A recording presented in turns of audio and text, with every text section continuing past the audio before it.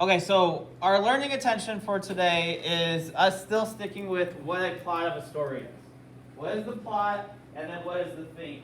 Okay, so the plot, like we've been talking about, has how many parts to it?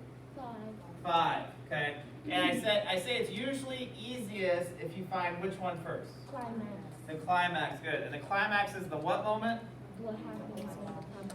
Right, the oh my gosh moment, okay, when the story reaches its highest point, its turning point, okay? And I like to think of it as the oh my gosh moment. I can't believe that happened kind of thing, okay?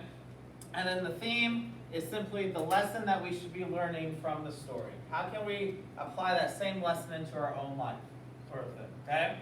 So today we are going to be reading The Stranger. How many of you have heard or seen the original Jumanji movie?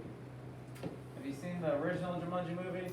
Have you seen the cartoon Polar Express?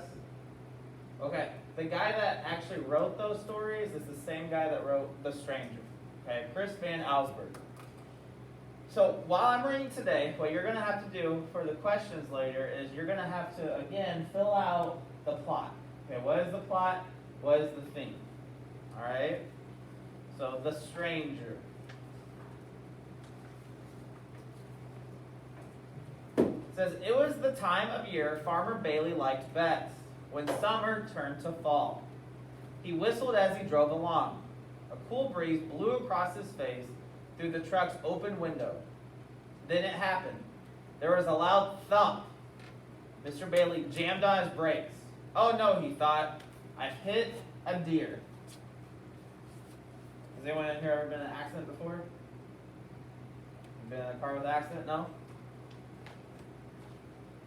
But it wasn't a deer the farmer found lying in the road. It was a man.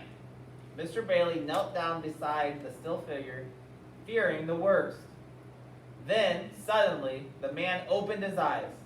He looked up with terror and jumped to his feet. He tried to run off, lost his balance, and fell down. He got up again, but this time, the farmer took his arm and helped him to the truck. Okay, so luckily he didn't kill this guy, right? So he hits the guy with his truck. Mr. Bailey drove home. He helped the stranger inside, where Mrs. Bailey made him comfortable on the parlor sofa. Katie, their daughter, peeked into the room. The man on the sofa was dressed in odd, rough leather clothing. She heard her father whisper, "Must be some kind of hermit.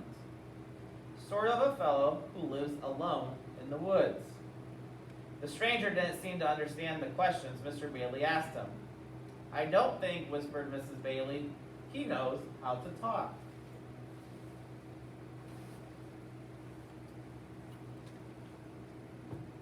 Okay, so what's weird so far about the guy? Okay, he doesn't talk, and what about, there's one more thing that's kind of weird about him. Yeah, it says he was wearing odd, rough leather clothing. So they're not used to seeing somebody like that. And the father says, he must be some kind of a hermit. And then he says, a guy that lives alone in the woods. Okay, so he thinks this guy just lives alone in the woods, he wears really weird clothes, and he's not talking. Okay, doesn't even know how to talk, it seems like. Mr. Bailey called the doctor, who came and listened to the stranger's heart, felt his bones, looked in his eyes, and took his temperature. He decided that the man had lost his memory. There was a bump on the back of his head. In a few days, the doctor said, he should remember who he is and where he's from. Mrs. Bailey stopped the doctor as he left the house. He had forgotten his thermometer. "Oh, you can throw that out," he answered. "It's broken. The mercury is stuck at the bottom." Okay, so I want you to take a note of that, to remember that.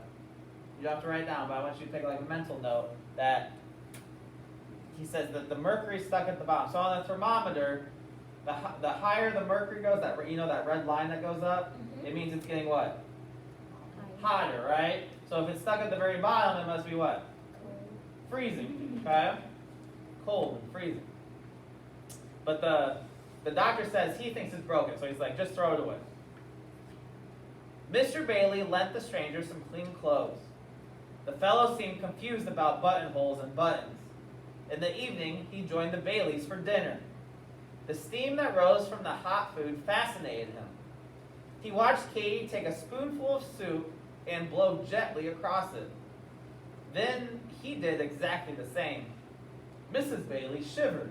"Brr," she said, "there's a draft in here tonight." So when did Mrs. Bailey feel that draft of cold air? When the man blew. Right after the man blew on the soup, right? Kind of weird. The next morning, Katie watched the stranger from her bedroom window. He walked across the yard toward two rabbits. Instead of running into the woods, the rabbits took a hop in his direction.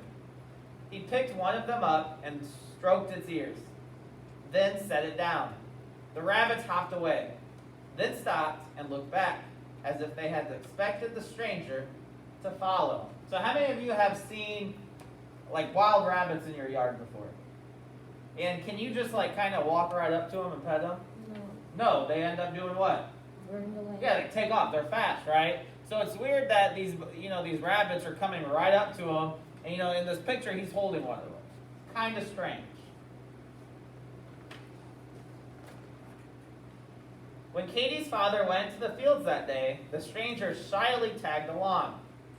Mr. Bailey gave him a pitchfork, and with a little practice, he learned to use it well. They worked hard. Occasionally, Mr. Bailey would have to stop and rest. But the stranger, he never tired. He didn't even sweat. Okay, what's strange about that? He's not what? Sweaty. He's not sweating. Okay, he's working out in a field. Okay, it seems, according to this picture, it looks like it's a hot, sunny day. It says Mr. Bailey, he has to stop and rest, but the stranger, he never gets tired and he doesn't even sweat. Very odd. That evening, Katie sat with the stranger, watching the setting sun. High above them, a flock of geese, in perfect V formation, flew south on the trip that they made every fall. The stranger could not take his eyes off the birds. He stared at them like a man who had been hypnotized. Okay, so birds fly south for what? Why do birds end up flying south? Yeah, to go towards hot weather. Okay, they're flying away from the cold weather. So he's fascinated by that. 2 weeks passed, and the stranger still could not remember who he was. But the Baileys didn't mind. They liked having the stranger around. He had become one of the family. Day by day, he had grown less timid. "He seems so happy to be around us," Mr. Bailey said to his wife. "It's hard to believe that he's a hermit." Okay, so originally we said a hermit was who? Good, someone that lived in the woods alone, right? But the way that this stranger is acting around them, Mr. Bailey's like, I don't think he's a hermit because he's having too much fun being around people. Okay, so maybe he's not a hermit. Another week passed. Farmer Bailey could not help noticing how strange the weather had been.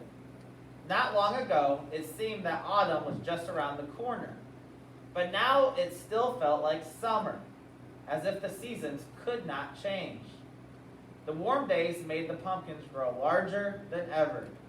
The leaves on the trees were as green as they'd been for 3 weeks. Or 3 weeks beforehand. Okay, so look how large those pumpkins are.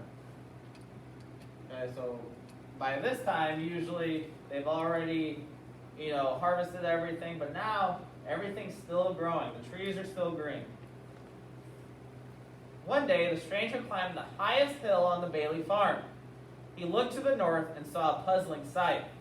The trees in the distance were bright red and orange. But the trees to the south, like those around the Baileys, were nothing but shades of green. They seemed so drab and ugly to the stranger. It would be much better, he thought, if all trees could be red and orange. Okay, so why do the leaves on trees turn red and orange?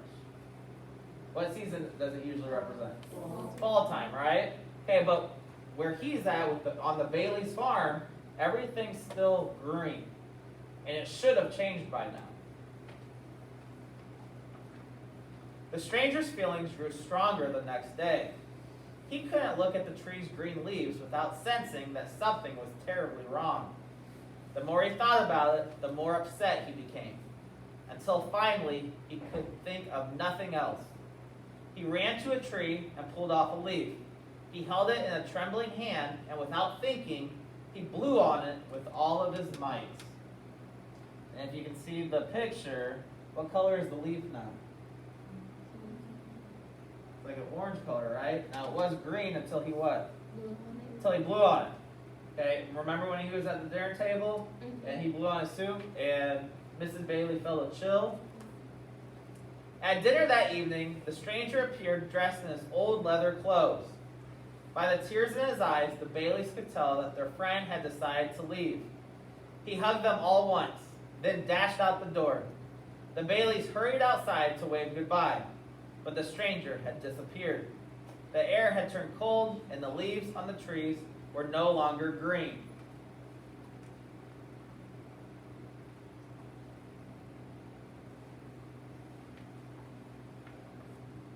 Every autumn, since the stranger's visit, the same thing happens at the Bailey's farm. The trees that surround it stay green for a week after the trees to the north have turned. Then, overnight, they change their color to the brightest of any tree around.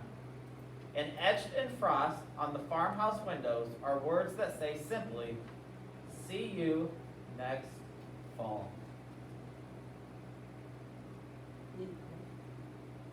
Think he's a ghost? Any other ideas of who this guy might be? Now remember, what's he doing to the property around them?